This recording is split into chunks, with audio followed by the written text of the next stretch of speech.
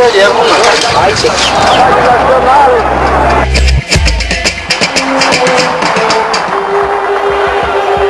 trabalhador brasileiro possui hoje seu código de conhecimento.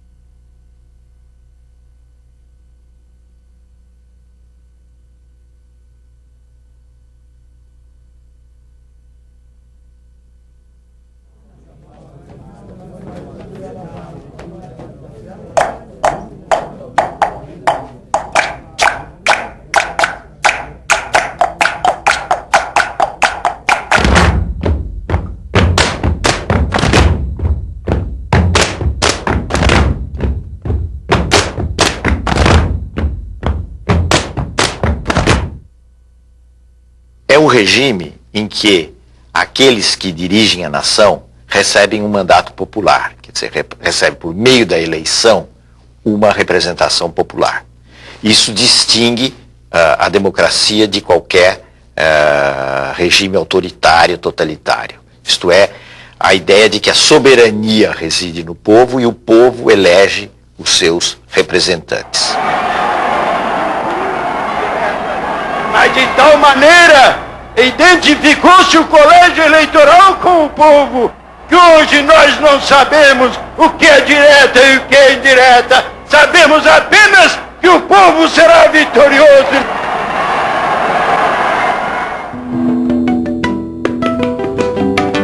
A morte do Tancredo levou à chegada ao poder do vice-presidente, que tinha sido eleito, José Sarney.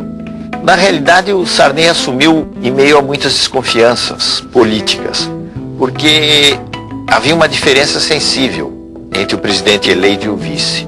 O Tancredo era um homem moderado politicamente e que vinha longamente combatendo o regime autoritário. Então ele tinha um crédito de confiança grande.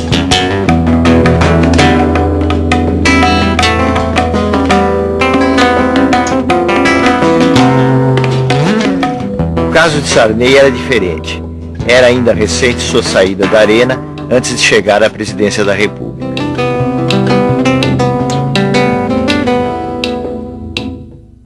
O Sarney manteve o SNI, o Serviço Nacional de Informações, como um órgão que vinha da ditadura e que ele entendeu que poderia ser adaptado a um outro contexto. Isso também provocou muitas críticas. Mas, na verdade, a gente pode dizer que o aspecto mais positivo do governo Sarney foi exatamente garantir um clima de liberdades democráticas. No plano econômico, o governo Sarney teve muitos aspectos negativos. O Brasil carregava problemas que vinham já de antes, descontrole financeiro, inflação enorme, déficit público, déficit externo, e Sarney teve, em razão disso principalmente, sofreu uma queda muito grande da sua popularidade. Isso levou à adoção de um plano, que foi o Plano Cruzado.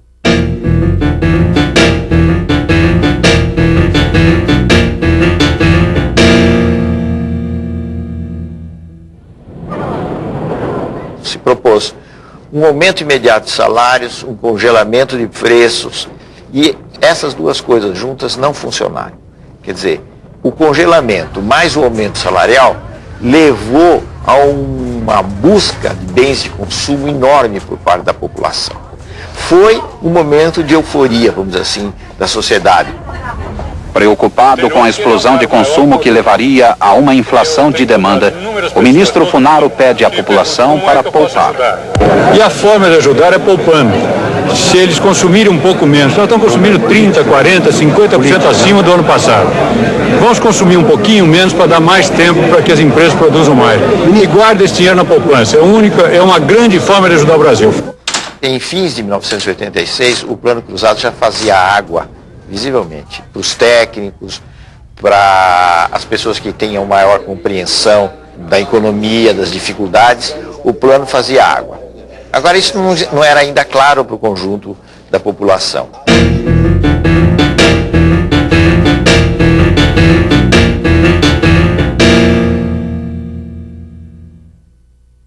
Brasileiras e brasileiros, boa noite. Amanhã é uma data histórica para o nosso país. Será promulgada a nova Constituição brasileira. A gente deve identificar algumas coisas positivas e várias coisas negativas na Constituição de 88.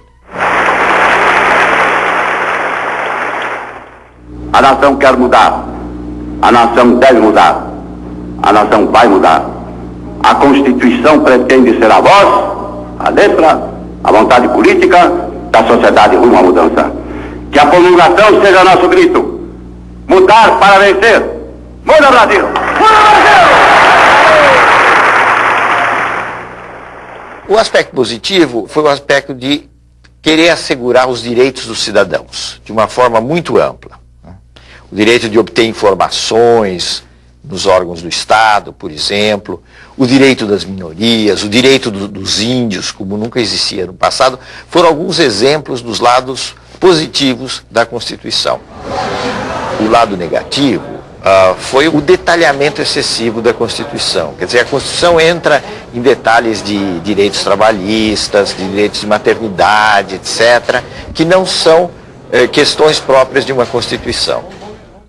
O senhor votou em que nome? PRD. Partido Democrático Popular. PDP? PDP. PSDB. Do ponto de vista partidário, as alterações que ocorreram foram uma cisão no PMDB, com a formação do PSDB. O partido é como que um cais. Os que chegam são motivo de alegria. Os que partem, de saudade precoce. Nós vamos ser um partido da reforma social, sim. Nós vamos fazer as reformas. O governo anuncia o Plano Cruzado 2. Além de medidas de estímulo à poupança, o novo pacote trouxe novos preços e mais impostos. Os mais atingidos com as medidas compulsórias são os assalariados de classe média. Despenca da noite para o dia a popularidade do governo.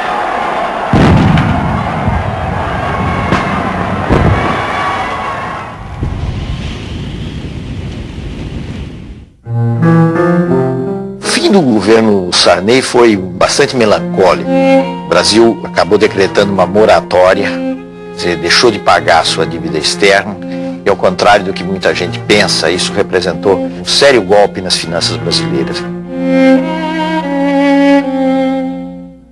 As eleições na sucessão do presidente Sarney surgiram vários nomes. Brizola naquele momento teve o seu, digamos assim, o seu apogeu como candidato à presidência da República. Porém, a disputa acabou concentrada no segundo turno entre Luiz Inácio Lula da Silva e Fernando Collor.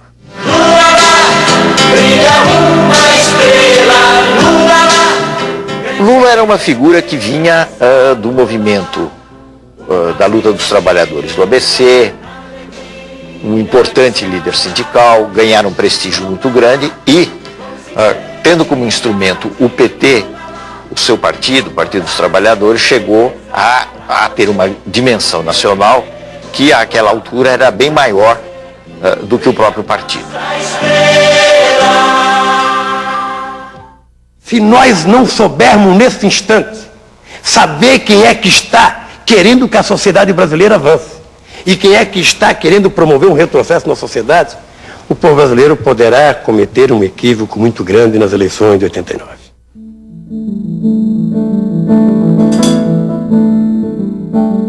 O Collor era uma figura que vinha, primeiro, de um estado pequeno, vinha de Alagoas.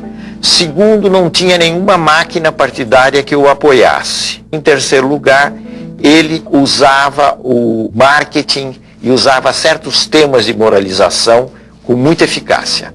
Foi o caso da campanha contra os marajás, que iludiu muita gente, porque ele se apresentava como alguém que ia combater os altos vencimentos de um determinado setor do funcionalismo público. Eu confio no Brasil. Eu confio no futuro que está reservado à nossa pátria. Com trabalho, com experiência administrativa como eu tenho, com coragem, com determinação política e no exercício da autoridade de presidente da República, nós haveremos, com a ajuda de todos aqueles que desejarem se incorporar nesse processo, de construir um Brasil novo, de construir um Brasil melhor, de construir um Brasil de que se orgulhem todos os seus filhos. Boa noite, minha gente. Esse foi um embate muito renhido e, como nós sabemos, o Collor acabou se elegendo presidente da República. A posse, em 15 de março de 1990, foi um luxo, reunindo representantes de várias partes do mundo e enchendo de esperanças os corações de milhões de brasileiros. Aos escravizados, aos pés descalços, àqueles que querem justiça social no país para poder viver dignamente. Todo mundo dizia ele vai fazer alguma coisa com a economia, porque havia um desarranjo geral, a inflação estava num nível absolutamente insuportável, era preciso fazer alguma coisa. E Collor dizia, eu tenho uma bala só do combate à inflação. E o que ele tentou no plano econômico, hoje nós sabemos, foi uma medida de uma ousadia imensa, que foi o sequestro, ou se quiserem, para ser mais benévolo, o congelamento dos depósitos bancários, na prática, não é? E, inclusive, abrangendo poupança, outras formas de rendimento, etc. O plano Collor provocou um choque, vamos dizer assim, na população.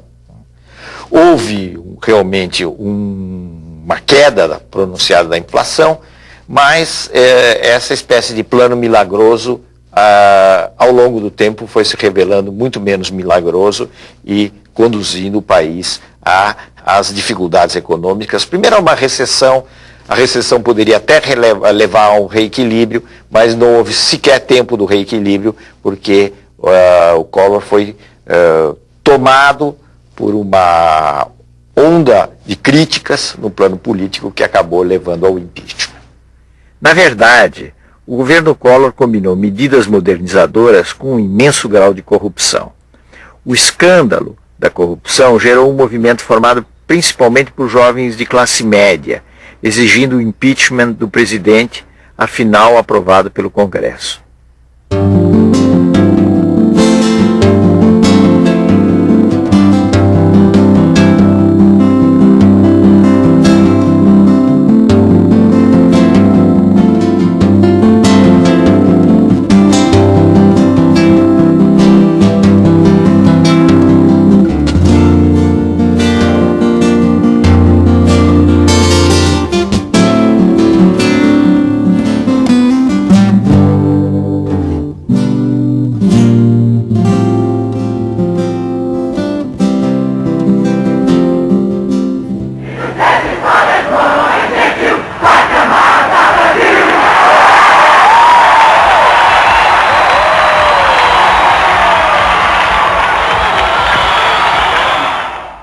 A lição que nós tiramos do impeachment é uma imensa lição.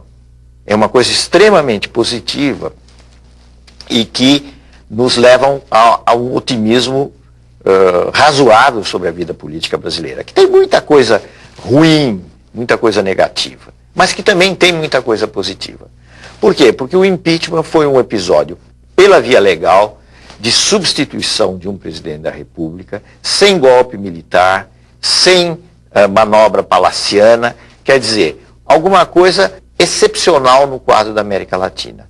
Foi um momento de um passo a mais na maturação da democracia brasileira. Iniciamos este trabalho citando que conhecereis a verdade e a verdade vos libertará. E Getúlio Vargas também, em um certo momento, disse: quase sempre é fácil encontrar a verdade. Difícil é, uma vez encontrada, não fugir dela. Espero que a nação não fuja dessas verdades. Muito obrigado.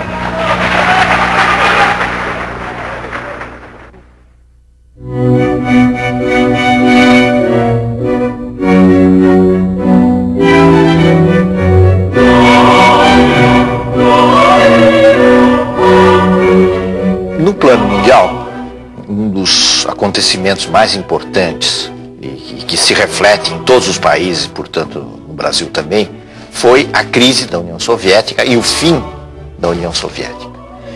O fim, simbolicamente, foi representado pela queda do Muro de Berlim. Com o fim da União Soviética, a crise na Rússia, o que nós tivemos foi o fim da Guerra Fria, que dividia o mundo em dois campos e alterou muito as relações políticas no mundo, e o início de um processo que nós podemos chamar de plena hegemonia americana. A globalização é uma interpenetração, digamos assim, econômica e financeira que se dá em todo o mundo, não de uma forma igual, porque existe um centro hegemônico da globalização, que são os Estados Unidos. Mas eu diria que a globalização tem possibilidades positivas. O intercâmbio comercial, cultural entre as nações é em si mesmo um fator desejável, e tem riscos reais, porque a globalização, se não houver medidas no sentido de limitá-la ou de alguma forma regulamentá-la, a globalização tende a acentuar desigualdade entre países ricos e países pobres.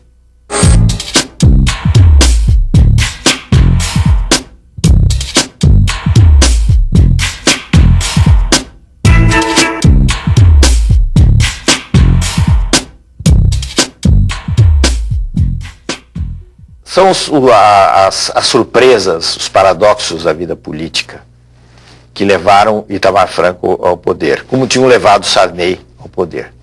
Nesse caso não havia a morte de um presidente, mas havia o impeachment de um presidente que era o Collor. Itamar era uma figura que vinha dos quadros do velho MDB, dos quadros da oposição, e que encontrara uma chance de subir na política mais, como candidato a vice do Fernando Collor.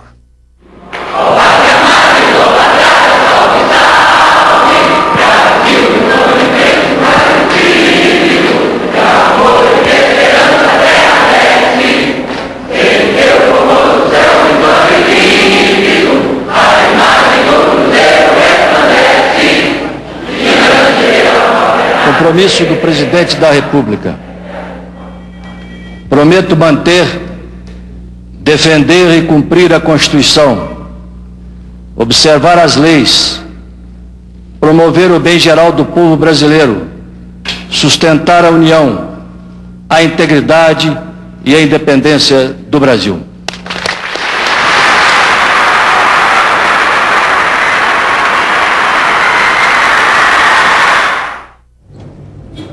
Itamar fez basicamente um governo de transição. Ele completou o período Collor. E eu creio que a coisa mais importante que ocorreu no governo Itamar foi a implantação da URV, da Unidade Real de Valor, um passo absolutamente necessário para a implantação do Plano Real. A moeda é o mais concreto dos atos de confiança das nações em si mesmas. Por isso, todos os processos inflacionários da história se relacionam com as crises políticas e com as crises morais. Com o real, o dinheiro que está no bolso do trabalhador vai manter o seu valor. Muito obrigado. Essa medida, a escolha de Fernando Henrique Cardoso para o Ministério da Fazenda, eu acho que foram os méritos mais significativos do governo Itamar. A disputa pela presidência da República, em 1994, se deu essencialmente entre Lula, que era mais uma vez candidato pelo PT, uma frente de oposições, agora enfrentando Fernando Henrique Cardoso. A candidatura de Fernando Henrique foi altamente beneficiada pela instituição da URV e pelo Plano Real. É preciso também entender que foi extremamente importante naquela altura, para a vitória, a formação de uma frente partidária. A frente PSDB, PFL e PTB representou um fator bastante importante para garantir a vitória do presidente Fernando Henrique logo no primeiro turno.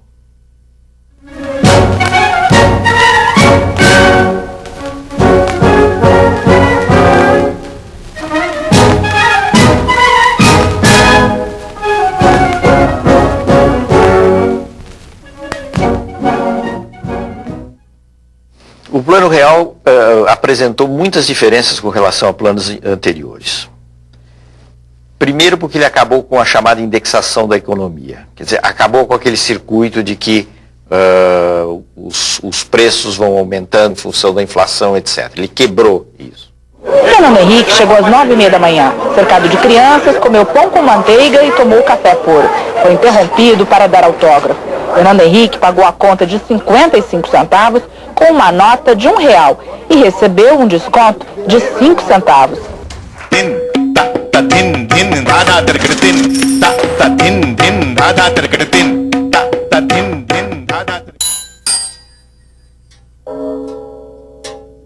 A partir dos anos 80, em todos os países da América Latina, ocorreu uma que se chama uma crise do Estado, uma crise das funções que tinham sido as funções tradicionais do Estado. Quais eram essas funções tradicionais, que vinham, digamos, de 1930 para frente? Eram as funções de um Estado que tinha um papel importante de financiar a economia, financiar o desenvolvimento econômico, controlar, ser dono, inclusive, de empresas nas áreas estratégicas, tudo isso levando a um desenvolvimento que tinha o Estado como eixo. No caso brasileiro, a tentativa de mudar esse modelo do Estado, tornando mais flexível, privatizando serviços, começou de uma maneira muito tímida no governo Sarney. Avançou algo no governo Collor, mas foi no governo Fernando Henrique que se deram as privatizações de empresas importantes. Declaro vendida as ações da Teleste Participações S.A. pelo valor de R$5.783 bilhões, com ágio de 64,28%. Então, as privatizações são um fenômeno dessa reavaliação, dessa mudança das funções do Estado, pensada em termos diferentes do que se tinha no passado.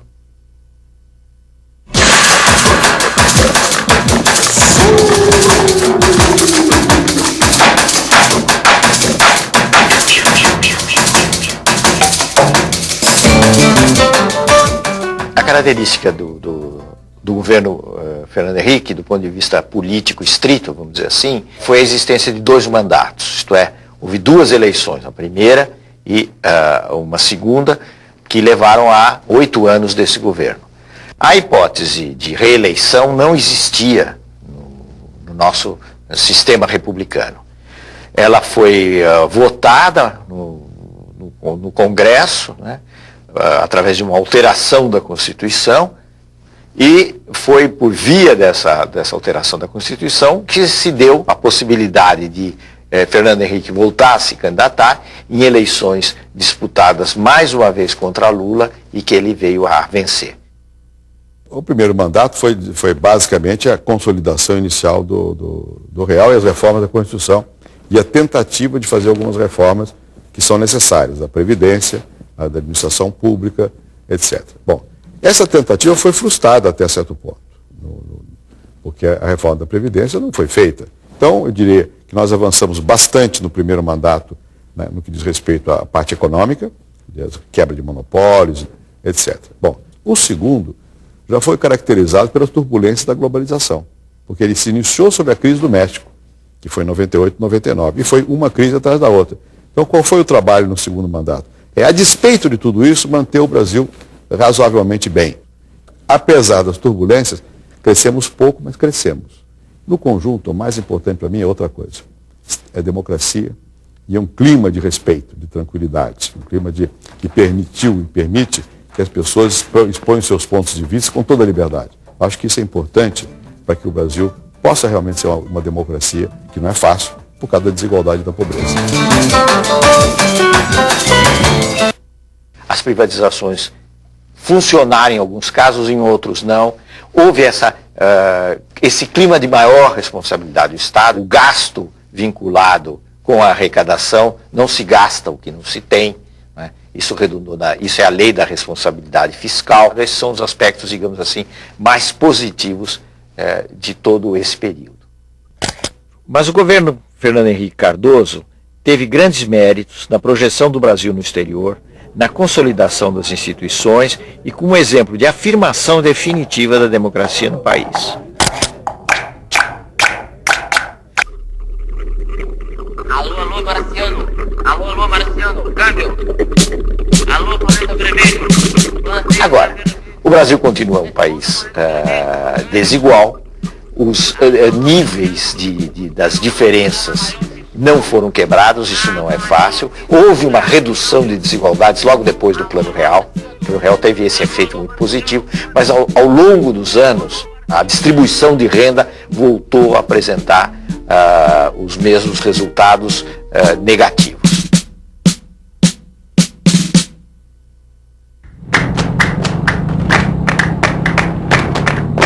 As eleições de 2002 se caracterizaram pela sua absoluta normalidade. A nítida vitória de Lula rompeu muitos preconceitos, representando um fenômeno novo na história do Brasil.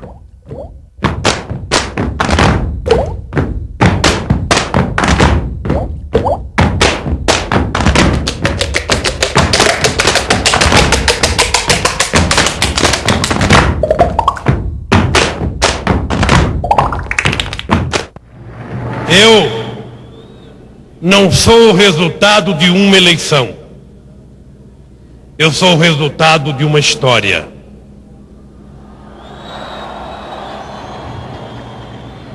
Eu estou concretizando o sonho de gerações e gerações que antes de mim tentaram e não conseguiram.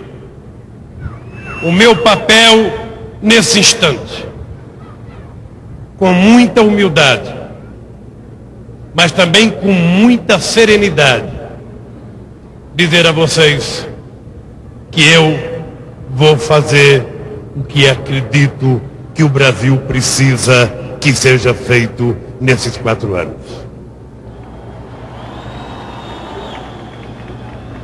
Cuidar da educação, cuidar da saúde, fazer a reforma agrária, cuidar da previdência social e acabar com a fome neste país são compromissos menos programáticos e mais compromisso moral e ético que eu quero assumir aqui nessa tribuna, na frente do povo, que é o único responsável pela minha vitória e pelo fato de eu estar aqui hoje tomando posse.